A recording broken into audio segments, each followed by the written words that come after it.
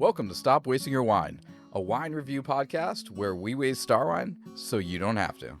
On this episode, we review 2 Txakoli wines from Spain. Hey everyone, welcome back. Aaron here from Stop Wasting Your Wine, joined by 3 of my favorite co-hosts that we've ever had on this show, Joel, Colin, and Dr. Coleman. Welcome back to the show. Thank you so much. It's so great to be back. So soon, even. Yeah. I know. We're so excited after the last episode. It went so well. And we always put like an open invitation to all of our guests. And with you, we're like, we have to make sure we do this right away.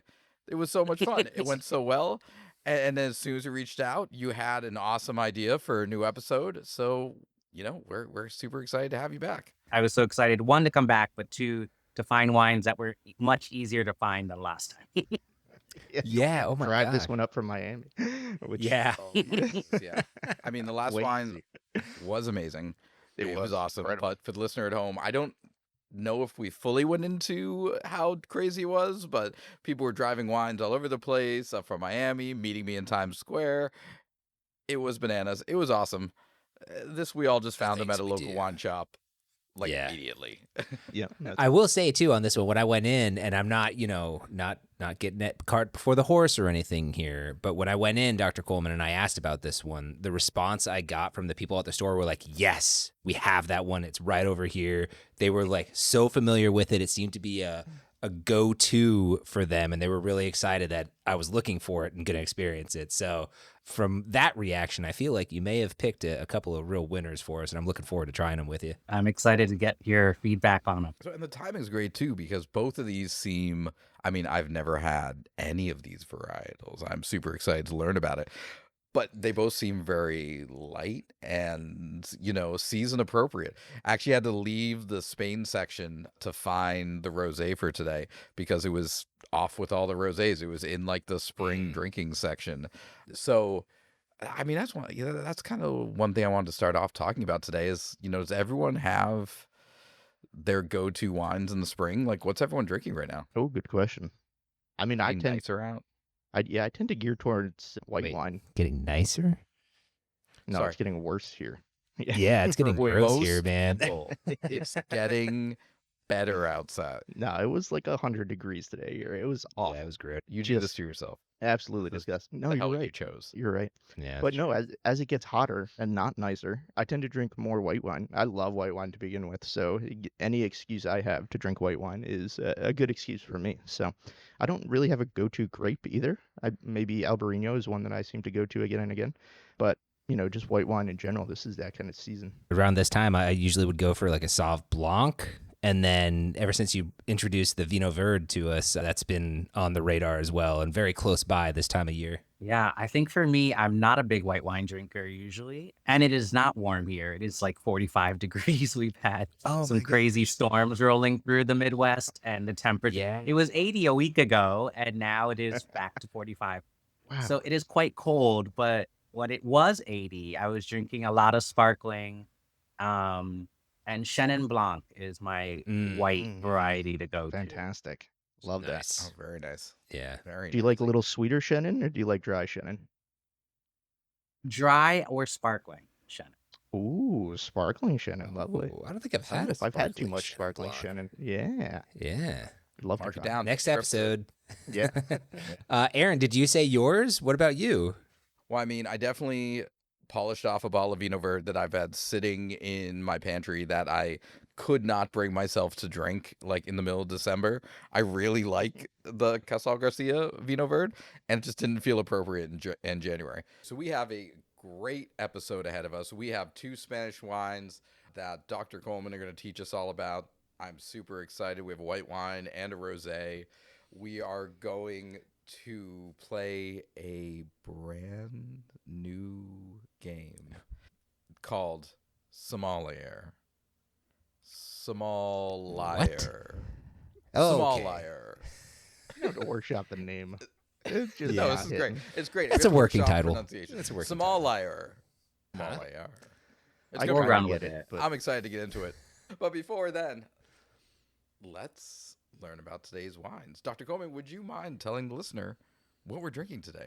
All right, so we have two wines from the same producer from Ameztoi in the Basque Country. Specifically, both of these wines are from the DO, or the Denominación de Origen, the Spanish term for appellation, Hetariaco Txakolina, which looks scarier than it is. Essentially, what that means in Basque is Txakoli from Hetaria, which is a small town right near the city of San Sebastian. So the white is their standard Txakolina, which simply means the Txakoli. And then we have their Rosé, which is called Rubentus. And both of these wines, like I said, are from the same producer, from the same region. It's a pretty small winery. The white is a 2023, and it's about 10.5% ABV. And the Rosé is a 2024, and it is at 11% ABV. I believe all of us got this for around $22 in our markets. Yeah. Yep. Right around in there. Yep. So really light drinkers, 10 and 11%. So maybe these are some excellent porch pounders on the future. We don't know, but it sounds pretty good. Yeah. The other thing that I forgot to mention was grape varieties, which is going to be a bit of a tongue twister. So the two grape varieties here for the white wine, it is Hondarrabi Zuri. Zuri means white in Basque, and Hondarrabi refers to the fact that both grapes are from the town of Hondarribia, which is just near Hetaria. And in the case of the Rosé, it is a 50-50 split of Hondarrabi Zuri and Hondarrabi Beltza. Beltza means black in Basque. And so it's actually not a traditional rosé. It's actually a co-ferment of white and red grapes. Huh. Very cool. And I'm guessing these are unique to the area. I've never heard of either of these grapes anywhere else. Can you find them anywhere else?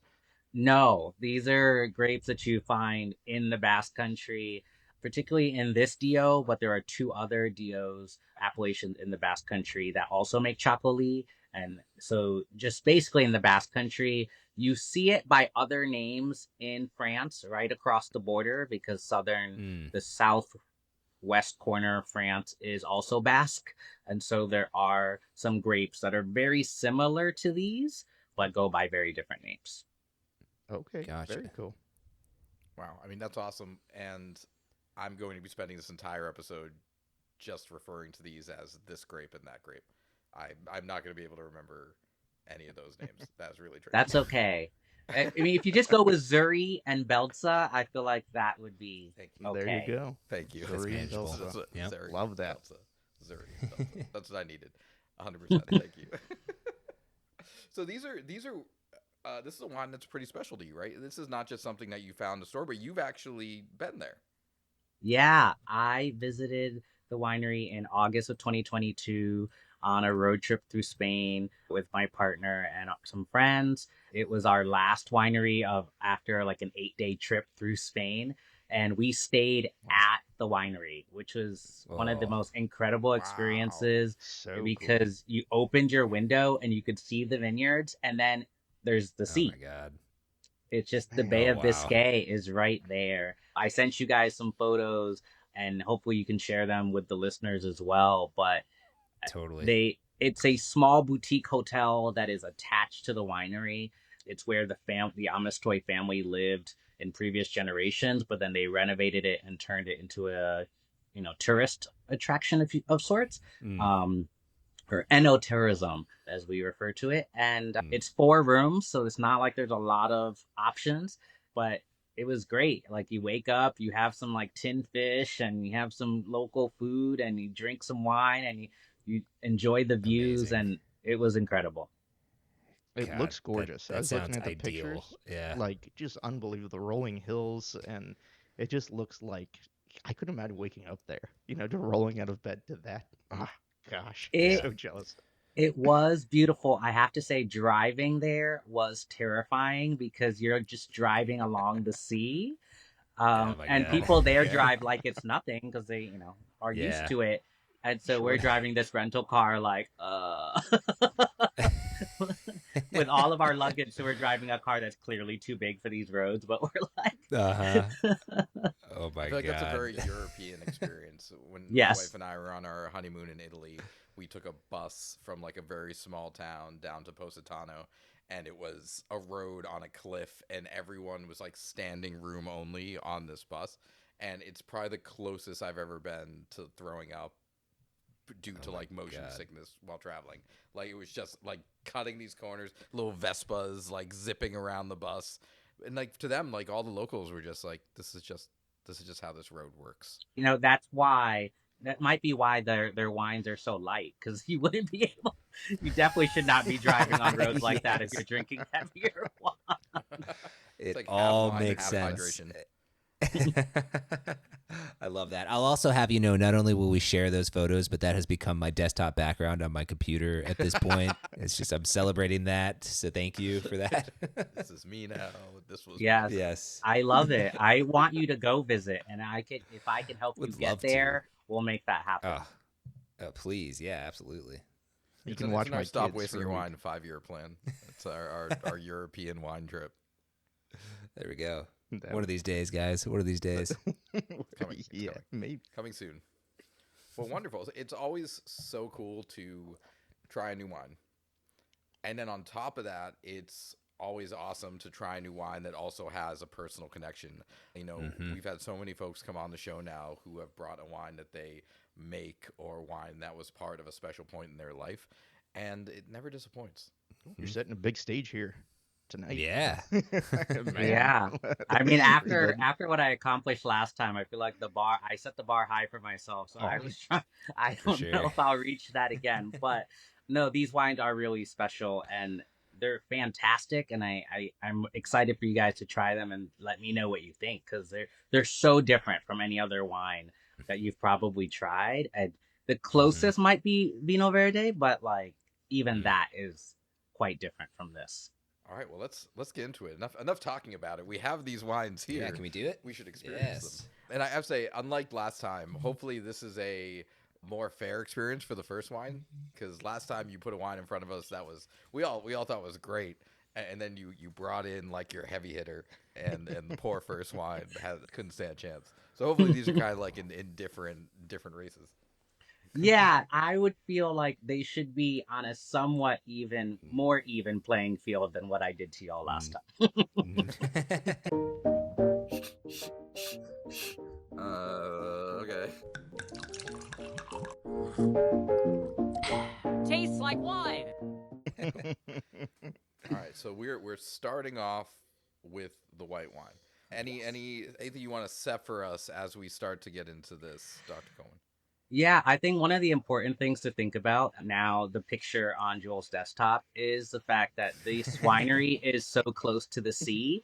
The vast majority of vineyards in this appellation are a kilometer or less from the ocean, right? And so hopefully salinity jumps out in some way, shape, or form.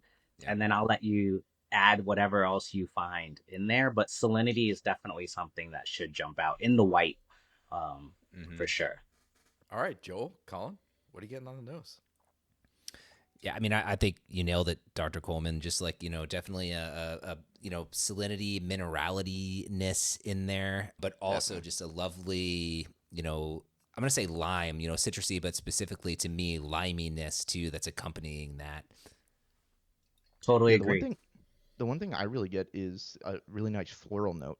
It's just like wonderfully floral, kind of like white flowers. I think it kind of ties into that minerality Joel mentioned. And then the fruit is definitely very citrus forward. Close to the sea, I would imagine it's a cooler climate. Is that right? Definitely. It's a maritime climate. It rains a lot there. Interesting. Okay. Dr. Coleman, anything you're getting on the nose that we're missing? The only other thing I might add might be like green apple. Definitely. 100%. Like there's the citrus there, but there's kind of a like tartness that also comes across to me. Do you know what I always hesitate to say? I'm getting it here. I hesitate to say it because it's like I hear. No, I love to say that. You know that. But I hear everybody being like, well, of course, it's wine. But a grapiness, like a grape flavor, a grape smell, you know what I mean? But like specifically a green, like we're not tasting it yet, but the taste, the smell translation of eating a green grape, if that makes any sense. It does. It does. Okay, thank you. I'm not getting anything other than what you all got. Colin, did you have one more thing? No, I was asking you if you got anything. No, not really. I mean, I'm excited to give it a taste and get into that. So let's dive in. Let's do it. Colin, why don't you kick us off? Cheers. Yeah, so the first thing I noticed about this one, besides the flavors, is the slight effervescence. I don't know if you guys picked up on that, but this wine is slightly bubbly, and I believe Yes. intentionally so. It's really quite uplifting. Like it's such a a nice little extra kick in there. Dr. Coleman mentioned Vino Verde a little bit earlier and having a little bit of that reminiscence, and I'm so glad you said that because that's the first thing that popped into my mind, and I don't know if I fully would have I would be like, oh, it's the same thing, but there's so much of that reminiscent little bit of bubbliness that the slight citrus and the green apple is definitely in that same ballpark. Definitely. At first, I'm glad you mentioned the effervescence because at first I thought it was just how light and sort of, almost I'm going to say the word playful, right? The saltiness and the lime are. I thought it was kind of giving that experience. I had to pour a little bit of fresh into my glass and experience that. And I am picking up on that a little bit, but I'm glad you called it out because I wouldn't have said that before you did. Yeah, when I opened the bottle, there was a noticeable spritz. It caught me off guard there, but yeah, I think lime is a great call, especially on the finish. The finish lasts a really long time. Yeah. It's really nice, almost like fresh lime.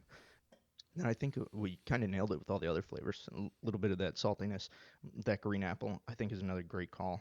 Yep. And then I'm picking up a hint of like white flowers as well. I'm so glad you mentioned the effervescence. We'll talk about this later in the kind of learning segment, but it is something that is very traditional in Txakoli to have that. It is not a sparkling wine, but it is intentionally made to have a little bit of a spritz on it. And we can get into that a little later, but it is something that you don't see in many other styles of wine. Love that. All right, do we want to Grab a rosé? What do you guys get on the nose? Do you get some of that salinity from the white, or does it smell completely different to you? To me, completely different. Yeah. totally Completely different. It's it's almost night and day. Not that I don't get any, because I think there's a little bit in there, but you just get knocked over the head with red fruit. I think that's the big difference here. The other one was like very green with the green apple and the lime. This is almost like a strawberry patch, a really expressive red fruit. Strawberry, but then also, I don't know, maybe it's just because you mentioned the apples, but red apple. Is that the weirdest thing that anybody's ever said? No. Okay. That makes sense to me. No. Yeah. Aaron, what about for you? This might have been one of those episodes, we were joking about this, Dr. Coleman, that someone should tell me ahead of time what fruit it's supposed to smell or taste like, and then I'll buy that fruit because I have a terrible diet and I have no idea what this smells like. This is very unique to me. I can't even put something It's on very it. unique. Yeah. What about raspberries? I'm getting a little bit of raspberry in there too. A lot of red fruit. I agree Yeah, with the I'm raspberry. here for The that. one thing that I Yeah. would add that I think is pretty important is green pepper. Oh. There's a bit of a like pyrazine Yes. thing going on here. Yes. And Hondarrabi's Beltza is, some people have theorized that it is related to Cabernet Franc, and I know you guys have done quite a few episodes on Cabernet Franc that is known for this kind of Interesting. peppery, spicy note, but you get that here. And it's actually quite strong, for me at least. Now that you've said that, finally something I've consumed before, spicy margaritas. This has that same kind of spicy pepper smell to it. It's so interesting. Before you said it, like I don't know if I would have picked it up, but now it's like all I smell. It's like, Yes. wow, there's a lot of that in there. That was the mystery smell that I couldn't put my finger on. And maybe it's because it's something we don't come across often in wine. You definitely don't find it in rosés often. Yeah, Sure. For sure. Yeah. and I'm just gonna say this now. There's something else in here that I'm trying to put my finger on, and I have it pinpointed, but I don't know what it is. And I hope at some point before the end of this show that I just randomly exclaim a fruit or a vegetable to you because I've got it. Just know that up here, all I'm trying to do is figure out what this one thing is. Yeah. You're just gonna wake up in the middle of the night and just sit up and scream. Kumquats. Kathy's gonna be okay. Joel, something that might help you figure it out. Move the Please. glass up and down. Yeah. Oh, okay. Like further away and closer to my nose, sort of a thing. So like, almost like I'm drinking it. Start at the top of your nose and then bring it down. Oh, okay. Do you see like the intensity changes as you, like if you start with the top of the glass on the bridge of your nose and then bring it up so that, your nostrils are at the bottom of the glass? Yeah. It changes. That is wild, sir. Thank you for saying that. Especially with this wine because it's so aromatic. Like, wow. You can definitely get a different experience off of that. Well, let's sip it a little bit and figure out if there are any more foods that we can't identify in this wine. Joel, you want to start us off? Or not? I'm too focused on this. Hang on. Give me 10 seconds. He drifted off into the Bay of Biscay. Absolutely. Yeah, I took down all my other windows, so I'm just looking at my desktop right now, and that's where I am. It's super unique. I'll say that. Yeah. Mm-hmm. There's so much. Like, it's almost hard to work through all the flavors because there's, like, it kind of tastes like a rosé that I've had before, but then also doesn't really taste like any rosé that I've ever had before. So I'm kind of in this, like, blender here trying to figure out what's going on. Is it like more the red fruits for sure, but then like that green pepper is definitely there, which is wild. I don't know, Joel, have you come to any Well, that's the thing conclusions? that's so interesting. I've never had something, and maybe it's because it's a true 50-50 of a red and a white grape, which I think is just so interesting. But I've never had something that mixes so much just the different flavor profiles that we're experiencing here. But I would say, I think we, again, it's I think we did a good job of picking things out. We were smelling it, strawberry. But we're calling out a lot of these red fruits, but at the same time, it's really dry, in a really lovely way. So it's not, it's not. We're mentioning all these fruits, but I wouldn't even say it's like. Oddly, I wouldn't say it's fruit forward. Maybe it's because there's all these other things going on too. It's an interesting thing. This is one of the things, this is making me think more than a lot of the wines we've had lately. It's a thinker, that's for sure. And the one thing, I don't know if you guys have noticed this, but the weight on this one's a little weightier than the first one. Mm-hmm. The first one was almost, I don't want to say watery because I don't know if that does it justice, but this one has a little weight on the palate that the other one did not. It was even drier, the first one, like this is a little sweeter, I would say. And maybe that's where some of the weight is coming from. But yeah, totally agree. I mean, is this crazy? I'm running through the Rolodex of wines in my mind, trying to think of what this reminds me of. Is it crazy to compare this to Pet Nat at all? Like, it's kind of reminding me a little bit of some of the Pet Nats I've tried. Yeah, I wouldn't go that far, only because I don't like Pet Nat, because it's just, it has that it has that sour note in it that this doesn't have. This is very acidic. There is, kind of some of those more bright flavors, I would say, but I don't think this goes as far as a Pet Nat would. I don't know how anybody else is experiencing this. I don't think you're crazy for saying that or making the comparison. What I would say is the acidity on the Txakoli is much higher than a Pet Nat would be, because the fermentation in the bottle to kind of mellow things out over time. Whereas these were, the 2024 was just bottled and brought over to the US a few weeks ago. That's crazy, right? That's Like, this crazy. is brand new wine. And the white, we all kind of talked about it, like how it just jumps out at you. And we're drinking a 2023. Imagine if we were drinking the 2024 white, it would be like a lightning bolt hit your tongue, or at least that's how I normally think of white Txakoli. I think the tannins, even though there isn't very much, the tannins from the Hondarrabi Beltza in the rosé help. So the acidity is still racing, but it's not quite being struck by lightning. 100%. That's I such a good way to agree. put it. Yeah. Yeah, and you can actually, if you, I'm glad you brought up the tannin because if you really pay attention, you can actually feel it. Like Yeah. it's not a lot, but it's definitely in there. It adds, I think, a really nice extra little bit. It really, I still, I'm, it's wild. It's really just got me. I'm thinking so much thinking. I'm not even making sense, but it's really interesting. Well, how about this, Cobb? We're going to give you a little bit of time to process this while Dr. Coleman teaches us a little bit about Txakoli and That's what's a good going on segue. here. And hopefully during that time, words return to your brain. I hope so. I don't know if I have the words. We'll see. No. You were going a little bit Eastern European there towards the end with your so much thinking here. So we'll see if we can get you back. This is the only thing you will learn.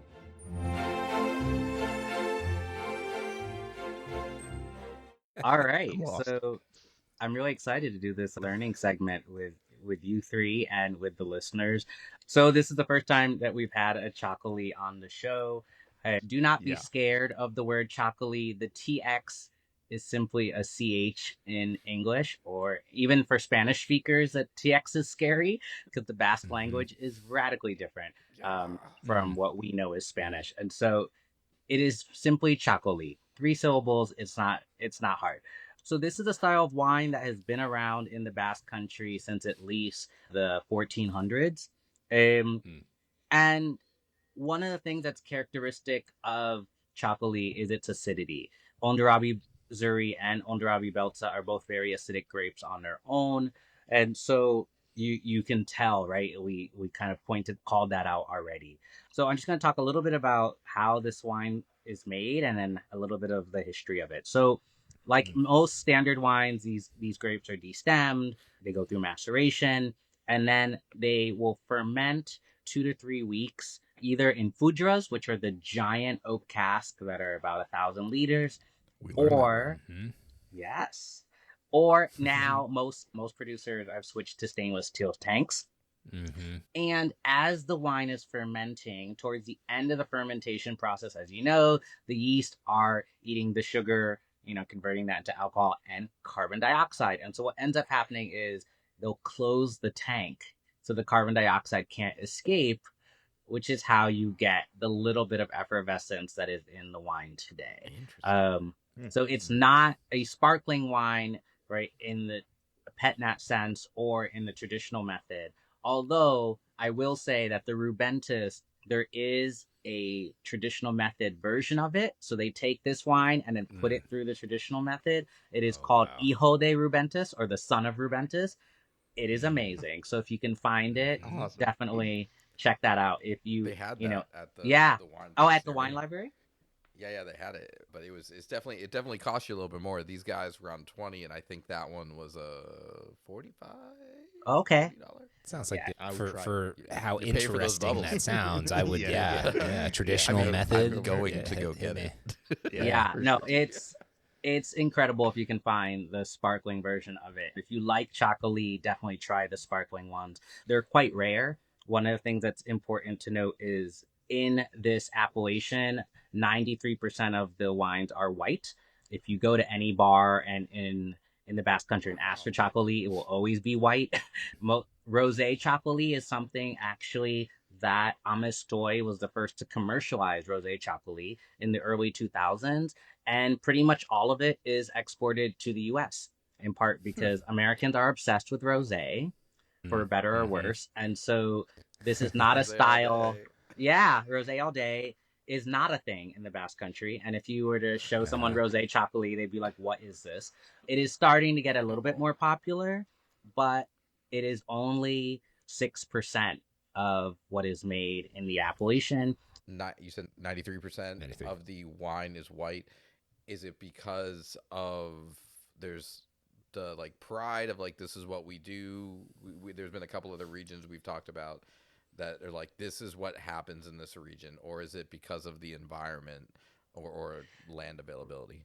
Ooh, that is a great question, and I will come back to that. Mm.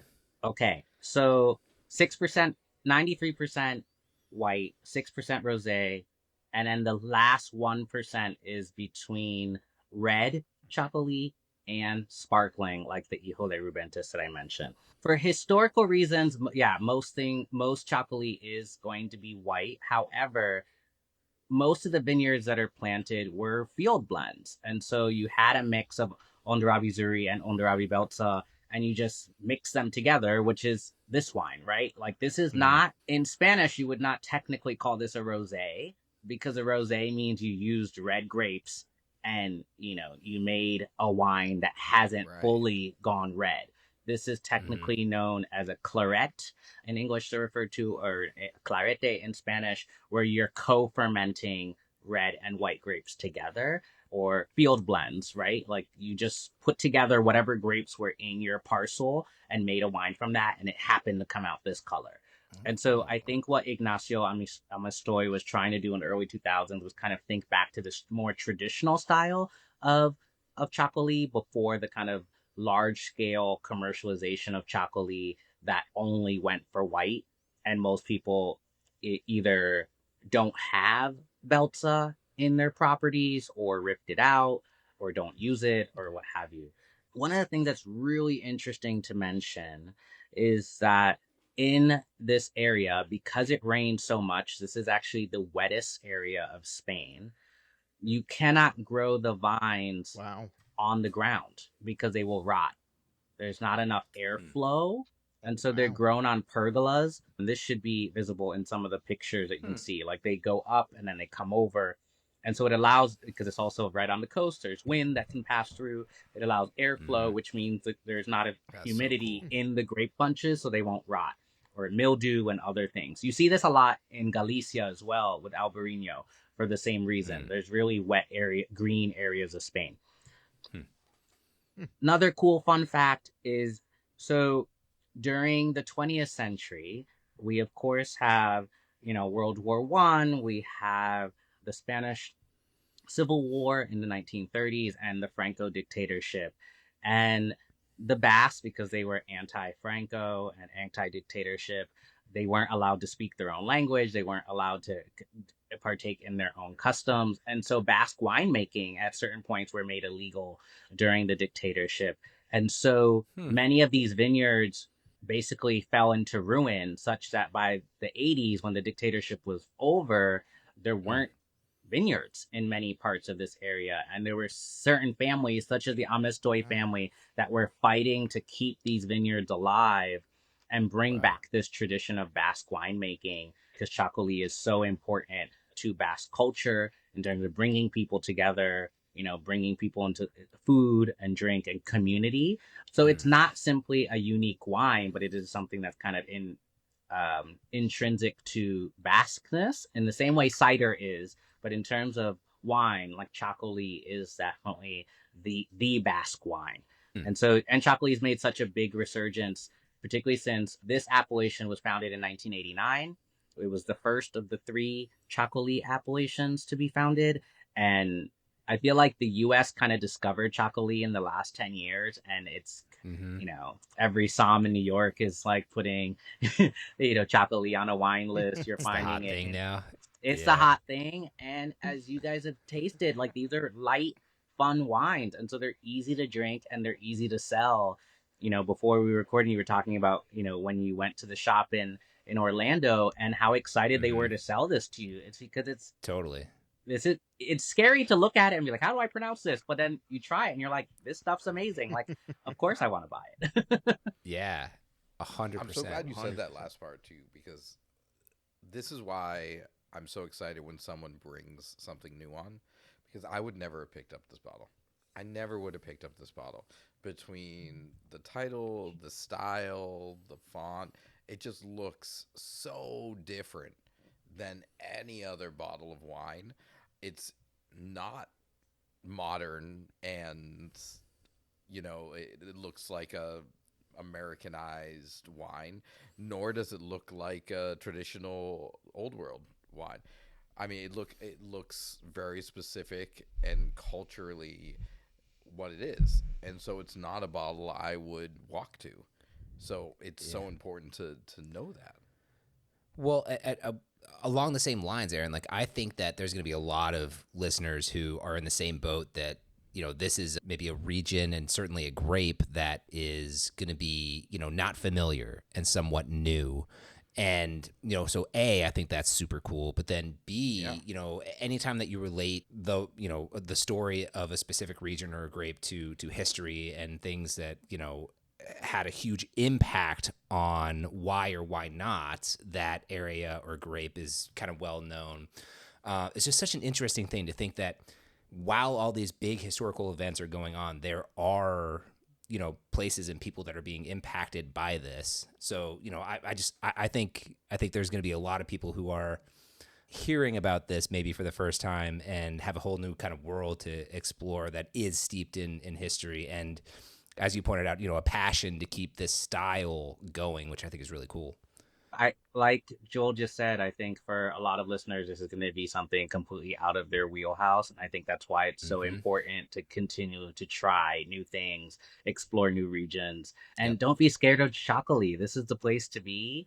And you too can have this desktop on on your computer and Absolutely, yes. imagine the vineyards of Ameztoi and that view of the Bay of Biscay. But you got to come try these wines first. And I'll end with that for our learning segment. Yes. I love it. So No, cool. thank you, Dr. Coleman. This is so good, and I personally, I imagine through the entire time I've been learning about wine that there's just this big list in my brain, and this just felt like I'm unlocking another section of that list every time we step into a new region, a new culture, a new style of wine. It's like, oh crap, there's hundreds of others, thousands of other possibilities out there. So this is awesome. Thank you so much. Can I I'm point learning something out here too, real quick? Yeah. Think of everything that we just talked about, all of the tradition, all of the history, all of the complexity, all of the crazy stuff we've talked about. And I just want to remind everybody that we, like here in Orlando, we walked into a specialty wine shop and we Here spent Joel goes. Here he goes. we spent $26 on this wine. I mean, we're not talking about a bottle of wine where we walked in and we had to spend $150 to, Yes, sir. get into this new region and to, experience something with this history. This is what we talk about when we're talking about spend 5, 10, 15 extra dollars to get really good wine from people who love the process and love their homes and want to make something amazing. So, I just want to call that out too. That's $26 for this, Sorry, Joel. I thought you were going down your go to smaller wine shops rant, but you were doing your spend $5 extra rant. Both Exactly. are very Do I only have a important, couple of and rants? those are just two of your best rants. And they're both appropriate and correct right now. Thank you. Can I also just say before we move on, like every time we have Dr. Coleman know. on, he brings some amazing knowledge Yeah. about Yes. Spanish wine and just really opening my eyes to a whole world of Spanish wine I didn't even know was out Yeah. there. So thank you, Dr. Coleman. Again, just incredible information, and really, I appreciate you sharing your knowledge with us this No, evening. it's absolutely my pleasure, and I'm excited to see what you all think of these wines when we review them in a few seconds. Oh, yeah. Yeah, absolutely. And to the listener at home, we forgot to mention this at the beginning. Dr. Coleman has contractually, legally, permanently agreed to be our resident Spanish wine expert. So you've seen him before, you're seeing him today, and you will see him again in the future. We're so excited to keep having you back on the show. If you'll have us, Dr. Coleman, that is. If you want to come back. We've I- had a lot of technical difficulties. I this accept. episode. This is so much fun. It's always a blast to talk to you guys about wine and to be able to expose the listeners to new styles of wine. So yeah, no, let's keep it going. Yeah, Yahoo. Love it. All right. Well, let's one last dive into these wines. I'm going to toss it back to Dr. Coleman one more time to pronounce. We have our white wine, Yes. which is... This is the Ameztoi Txakolina. It is the 2023. Very good. Anything new popping out to anyone? I will say on the nose, because my bottle has been open for a little bit and I have it next to me, it's a little more mellow on the nose. Yes. It definitely jumped out the first pour, and now not as much, but on the palate, it's still not quite lightning bolt, but it's Zippy. there. Totally agree. Yeah. No, definitely. And I'll say this and this is a completely a positive statement. I really enjoy this wine. Not getting into the review yet, but He's getting I a will review. do this, so leave me alone. But the one thing that I absolutely loved about it at the very beginning was how chilled and cold and crisp it was. And this is definitely one I want to pour right out of the fridge, right out of the cooler. Yeah. And that's like a tasting note because it's been sitting out for a little bit. And Yep. while it hasn't diminished the quality, it has diminished the experience as it's moved to room temperature. Can I actually say something on that? I'm just going to play a little devil's advocate here because you do this, and maybe it's just because every time I say this. But go I'm ahead, ready. because to each his own. Go for it.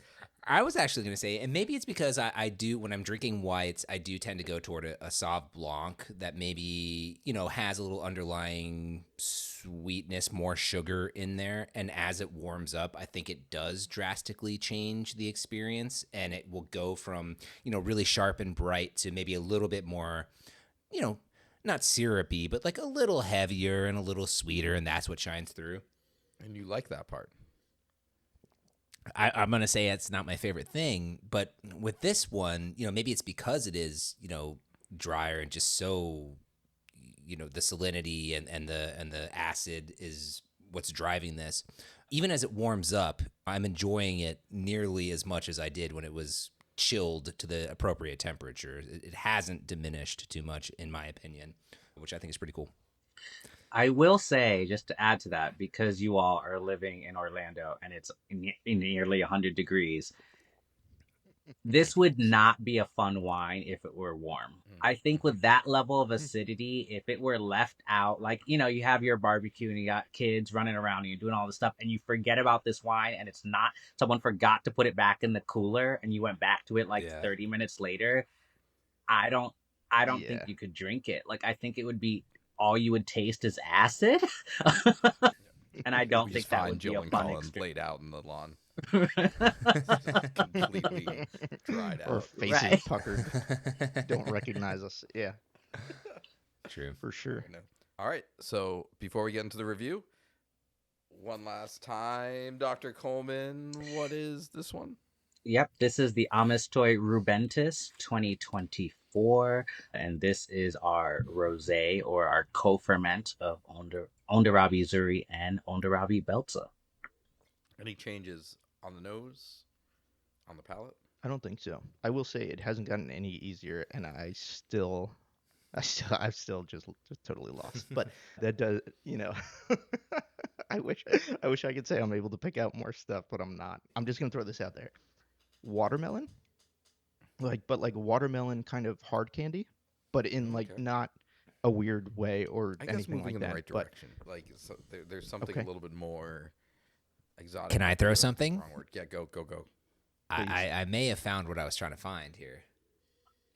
Cherry. Little cherry. Okay. All that time for cherry? Yeah. That's so rude. I know. Remind me not to go to a tasting with Aaron. Just everything you call out. I will say, to me, on the nose, it's almost a little smoky. And I know it's the green pepper thing, and that's really what it is. It's. I don't want to say it's more intense now, because it was definitely stronger the first time. But as it's mellowed, it's not like fresh green pepper that you cut. It's almost like I don't know. There's a bit of a smokiness there, not like a Mhm. Syrah or anything like that, but there's something in the back that's quite fun. I think, like Colin said, there's not. This is kind of like an ethereal wine where you're just kind of like, what Totally. word do I use to describe this? Right. It's a thinking wine, like you said, and I particularly think that's fun. It's a Dr. Coleman. You're 100% right. It's that pepper. It's that jalapeno. Like that is the thing that's just That's it, so jalapeno. different. Jalapeno. Mm-hmm. All right, so we've tried both of these. Super excited. Let's go through our review. Yeah, but did they like it? It's time for the review. Super fast. Reminder for the listener, we review things very different on the show. If the wine's bad, it's a drain wine. Don't buy it. It's bad. It could be a backup wine, and that's, it's not bad. It's fine. Break glass, emergency, whatever. It's a backup wine. It could be a casual sipper, which is fine. You might like it. It's not the best wine on the planet, but it's fine. It could be a must share, which is a good to a great wine. It's a wine you want to share with others. It's solid. We recommend.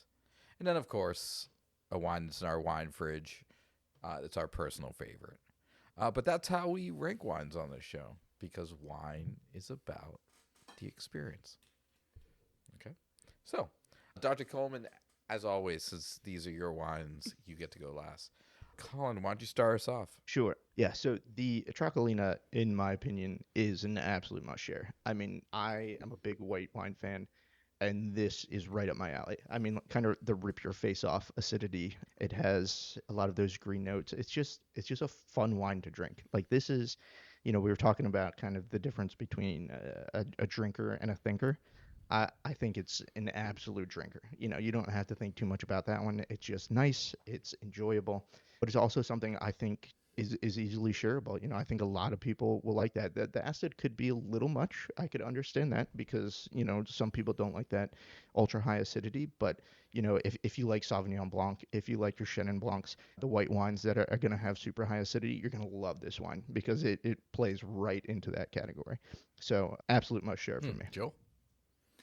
Colin, I think we're very aligned in at least our white wine drinking, because I would have said so much of what you said and totally agree. Absolute must share.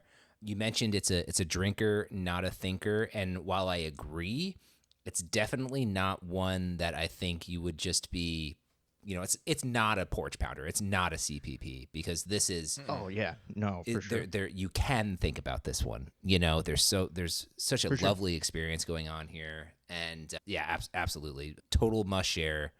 Wanna bring this out and highlight this for all my friends. I'm right there with you guys. I must share, if you've followed along with us on the Casal Garcia, you will like this wine. It is an elevated version. It is higher quality, and therefore costs twice as much.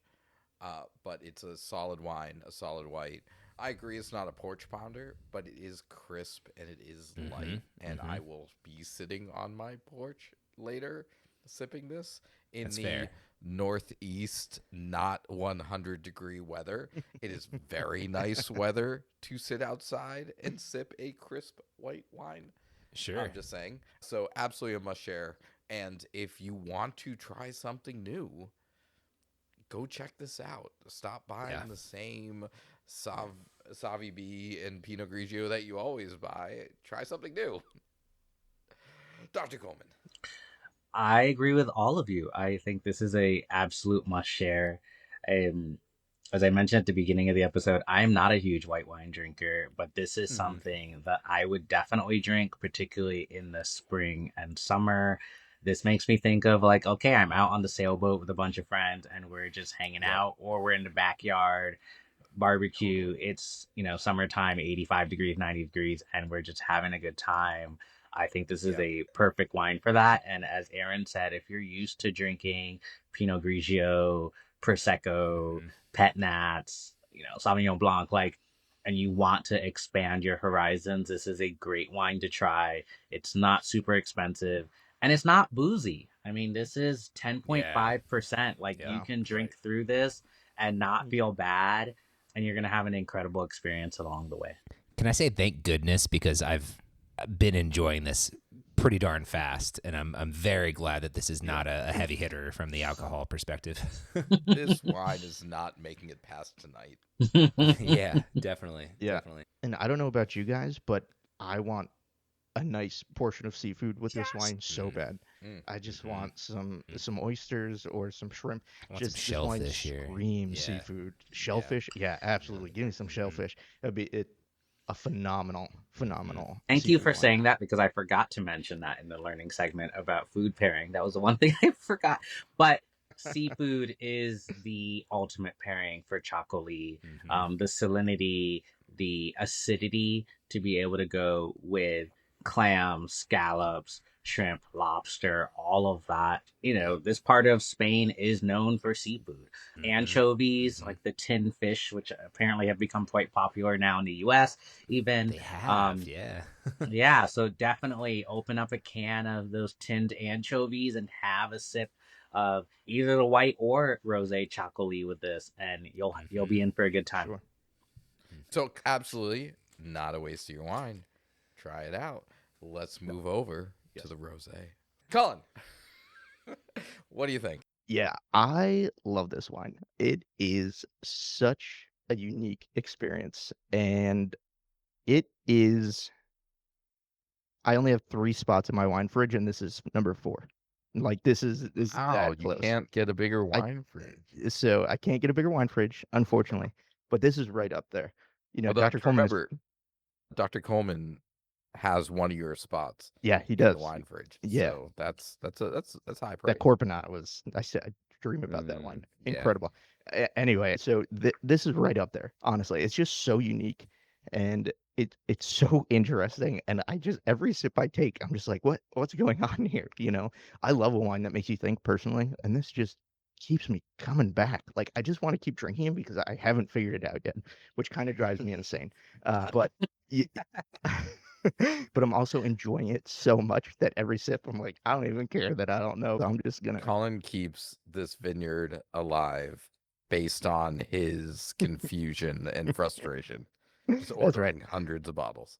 Yeah. So I'm just gonna keep drinking it, and honestly, I love it. Honestly, it's just delicious wine. I think it's unique. I haven't been this excited about a rosé in a really long time. So just fantastic bottle of wine. Absolute must share. Number 4 on my list. If I had an extra spot in the wine fridge, this would be in it 100%. High praise from Colin. Joel, what do you think? Right now I have the Bourgogne in my wine fridge. I have the Turley in my wine fridge. Incredible. And I believe those have been long-standing. My most recent addition has been the Planeta, if I'm not Which mistaken. was forever ago. To call that recent is I mean, the It's been a little Turley while. and the Planeta were around the same time. Janine brought the Planeta, and the Turley was a recommendation that's right. from online. But they were both around a couple months of each other. But they were both like almost a year ago. I think So I'm going to John, have what- to There's say, cobwebs in your fridge, sir. What do you say? yeah, I think I'm going to have to say thank you so much for your contributions, Planeta. But you are being replaced Yeah. What? at this point. Dr. Coleman 2 for 2 with the wine Wait, fridge on the again. show. Yeah, Nobody does that. None of us Yes. have done that. yes, it's Incredible. it's official. Yes, with It the is Rubentis that good. here. I don't Yeah. at all disagree. But Well, let me tell you why. Holy. And first of all, if you would have asked me an hour and a half ago if a rosé would ever be in my wine fridge, I would have laughed at you. And this isn't, your standard rosé. This is a true blend of different grapes, which, I think is so cool and such an interesting thing, and just from such a unique area. But for the exact same reasons, I mean, we talked about this thing for so long. There was so much to think through, so much to experience, and it was so fun. And I haven't had that experience in a very long time with a 100%. wine. And I love that, and I so enjoy this. The fact that I can drink this, a good amount of this, and it's a reasonable alcohol content as well, is so nice, and just Awesome. enjoying the heck out of this. So, welcome to the wine fridge. Wow. I Well love done. that. Well done.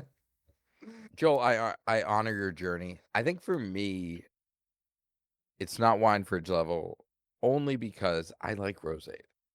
And so I think there's an aspect of this that feels very different and unique. It is a must share. It is very tasty, very good. And the asterisks I'd put on that is there's going to be people who do not like this wine. Just the uniqueness and the other flavor profiles. Like if I pour this out for your average rosé drinker, there's going to be people who are like, "Ooh, this is exciting and new and different," and there's going to be people who are like, "Where's my chicken wine?" So that's like the one caveat I would create of just like there are layers on this, and if you're looking for a rosé that just has that like rosé profile, this isn't it. So that's the caveat. This is a great wine. I enjoy it. It's a must share, and you should absolutely grab it, try it, and bring it out for folks to try something new and talk about the history and the culture that Dr. Coleman shared with us. And if you are a like run of the mill, you just like rosé, just know that this isn't your granddaddy's rosé. This is something different. I agree with Aaron. This is near the top for me. I don't know if it would be number 4. I'd probably say this is number 6. If in the wine fridge, it is amazing.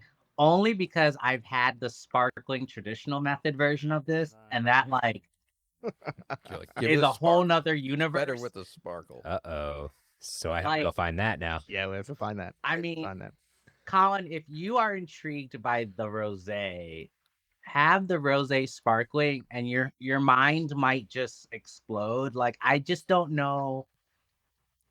You'll explode and come back to earth and explode again in like multiple sips. It's That's like wild. amazing. So Oh God, we're gonna have to find that. yeah, Mhm. we'll track that down. We'll have a conversation with some people and make sure that gets to the show.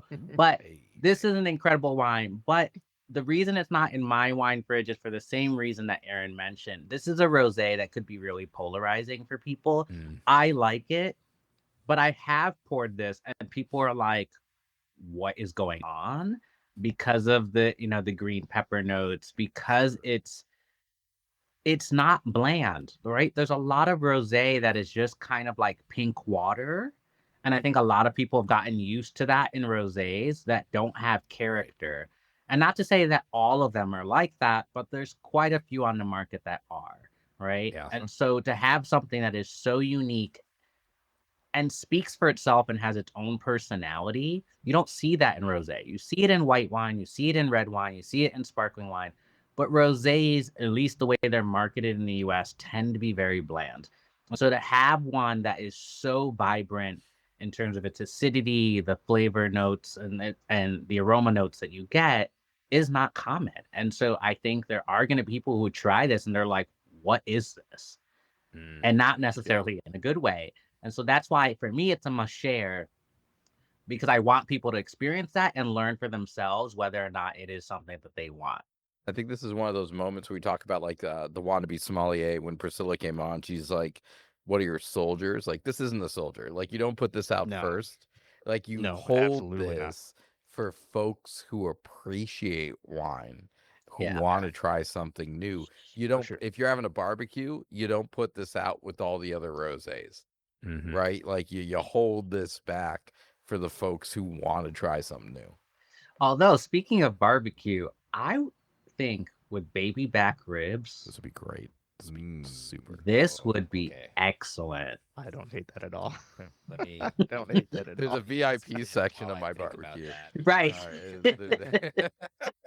You only get the good rosé. Everyone else gets the chicken wine.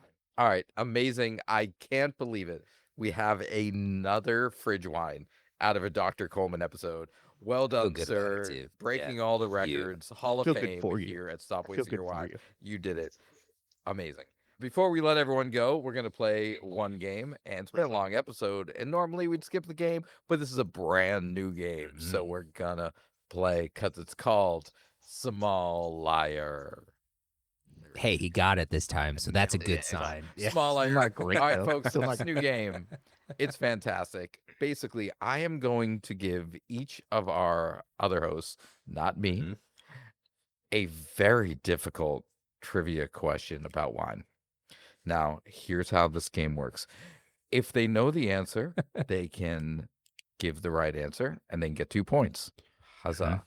However, the other two hosts can say whether they think that is the right answer or the wrong answer. If they say it's the right answer, they get a point. The original host gets a point. If they say it's the wrong answer, that host lose a point. Okay. Now, even if you don't know the answer, your goal is to make the other two hosts believe that you do. So, as I said, these are This game was difficult, made for me. yeah, this is a Joel game. Yeah, but also I can Difficult smell, trivia I question. can smell your BS a mile away, Jules. Hey, That's remember, true. you lose You a don't point need if too you long. call him out and he actually knew the answer. All right. So, once again, if you know the right answer, great. If you don't know the right answer, try your best to sell it like you do. And then the other two will say whether or not they agree. All right, here we go. Got it. Would anyone like to volunteer to go first? I'll go first. Let's do this. Oh, no, Dr. Coleman's Coleman. hands Yep, in the air. hit it. Oh wow, Dr. okay. Coleman's hand Love that. is in the air. And I'm gonna picking assume a this is true. question Locking it in. entirely This is at random. as much a question, like a test of our ability to play this game as it is Aaron's ability to find hard wine questions. So this is going to be very interesting. I can't wait. All right, here we go. I have a question. I picked it entirely at random Okay, before Dr. Coleman volunteered to go first. that sounds not random. In Spain's wine classification system, what is the minimum barrel and bottle aging requirements for a Gran Reserva red wine in Rioja? So we're looking for two numbers: the minimum barrel aging and the minimum bottle aging. Okay. I'm going to go with 24 months for both. Ooh. For Grand Reserve, you said, Aaron? Yes. I'll just go ahead and jump in and say that I think that is true. While Colin debates, I am 100% trusting Dr. Coleman here.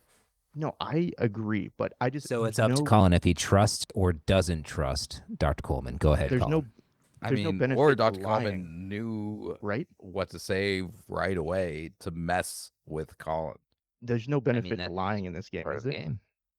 Oh yeah, Yes, the there is. lie is they get a point for each person that agrees with The them. and you minimum lose is a point 24 for months. No, I disagree with that. I think the minimums are longer than 24 months for Grand Reserva. I'm so glad you disagreed. Dr. Coleman, you get 2 points for getting it correct. Joel, you get a point for agreeing. And Colin, you lose a point for being a big dummy. lose. So currently the score stands at Dr. Coleman 2, Joel I thought 1, it was trying to. Colin -1. This is going to work out great. like this I'm game. excited. don't a ever great game. disagree with the Spanish wine expert about Spanish wine Yeah, taste. You Idiot. psyched yourself out. We can zoom in on you in that video, and it's hilarious. That's All the right, easiest and, point I've ever let's see. earned. Joel, you're gonna go next. Here you go. Joel, which enzyme, often added during white winemaking, breaks Uh-huh. down pectins in grape skins to increase juice yield and He has clarity? no idea. He has no idea. It doesn't even matter what he says. He doesn't know. Oddly enough, I was just watching a documentary on this, and He's it wouldn't wrong. be something that I would typically watch, which is it's funny, but I was drawn in to this particular episode, and I'm glad that I got this question because they specifically spoke about this. And that enzyme, as I recall, there were two that they got really specific on. And so I'm debating right now in my head if it was the first one or the second one. Oh, God. What was the characteristic of this one again? Because they're Breaks down breaks pectins down. Oh, the in grape pectins. skins to increase juice yield and clarity. Oh, breaks down the pectins. Okay. So that No idea. would be, I think that would be chlorophyll. Aw. I don't know. Come on. Oh, wait, I'm supposed to play it up. Here we go. He's lying. Use a word in He's lying. a sentence. He's lying. I believe that would be hectate. She's still lying. Such a hard question. That's such a hard question. I don't even know if pectate's a thing. So I'm gonna say he's lying. I'm Aaron- also gonna say he's lying. Aaron looks like he might have gotten it right though. No, okay, so the point, yes, you both got a point. He got it wrong. So Dr. Coleman, you're at 3 points. Colin, you're back up to 0. But the correct answer Aaron, was that was so hard. pectinese. Oh, no way. Yeah, so when you started to say like pect, I was like, oh. You're like, I'm just That's supposed wild. to make up something around that word. That I actually thought he hard. was gonna say it as well when he started. I was like, oh wait, he's onto something. But That's why. Well, welcome to Joel. Wow. Joel. That's why I gave you that one, because I was like, if he actually leans into the bullshit, shot. he No might shot, Aaron. accidentally get the right answer. That's Yeah, such a next hard time we play question. this game. way too There it much. is. Yeah, okay. All right, here we go. I'm with you. Let's see. I have a few. All right, here you go. Colin. What is the technical term for the phenomenon where a wine's aroma changes due to oxygen exposure in the glass, revealing secondary or tertiary characteristics over time? That would have to be oxygenization. I don't know if I said that right. Oxygenization. Yeah, going with that. I'm going to say no. I'm also gonna say no, although I feel like he's very close. I agree, but I don't I think feel you're like I'm right. very close also, but I don't think that's right either. Olfactory evolution. Nobody would have ever. Okay, I thought it was going to be Yeah, that was the point, though. oxidation. Yeah, I thought oxidation. Yeah. Oh yeah. Do you know what's kind of sad? I think that's the word I was going for. Oh, Yeah. Oh, I knew it was. That's why I was like, muffin. yeah. Yeah, Okay. I don't think anyone knew the answer to that, but I No. think everyone would have gone with something convincing. And in what you said, wasn't it? That gives Dr. Coleman 4 points and makes you the winner of our first round Well of done, Dr. Somm Lier. So well done. You Polite golf answered the claps question all around. incredibly well and smelled out the bullshit. No problem. Well Well done. done. That's a fun game. Yeah, well, I'm very into good. it. All right. Another fantastic episode. Another fantastic episode with Dr. Coleman. Another fantastic episode with Dr. Coleman where someone put a wine in Unbelievable. their wine fridge. Yeah. That's a pretty high best- bar, Dr. The Coleman. best to ever do it. Yep. You're setting a pretty high bar for yourself. I mean, I guess it's a challenge to future guests now. Like, don't just Yeah. bring any old wine. The gauntlet Yeah. has been thrown. No, that's fair. That's fair. right. Dr. Coleman, you were not a guest. You are now an official host of this show. Member of Thank the you team. Yeah. so much. We Yeah, appreciate it. absolutely. Which means at the very end of the show, when we all say bye, you need to come up with your bye. That's the thing. You have to say bye. Yeah, sorry to put you on the spot. You have, while Colin tells the listener where they can interact with us, to think about how you want to say goodbye to the listener. Colin, Well, where can folks interact with us? Yeah, well, I think before we let people know about where people can interact with us, Dr. Coleman, where can people interact with you?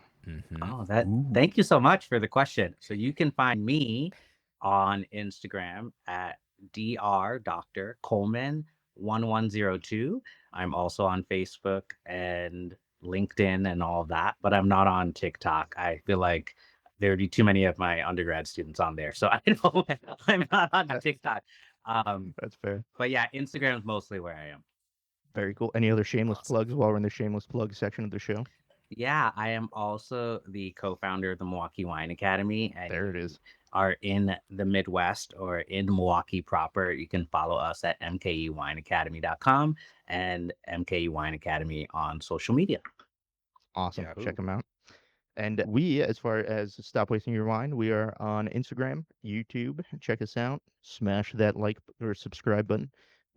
That's a smash it. Smash the subscribe button. And then you can check out our website, which we learned is not updated, stopwastingyourwine.com. And you can shoot us an It's still email. cool. It's still So cool. Very cool.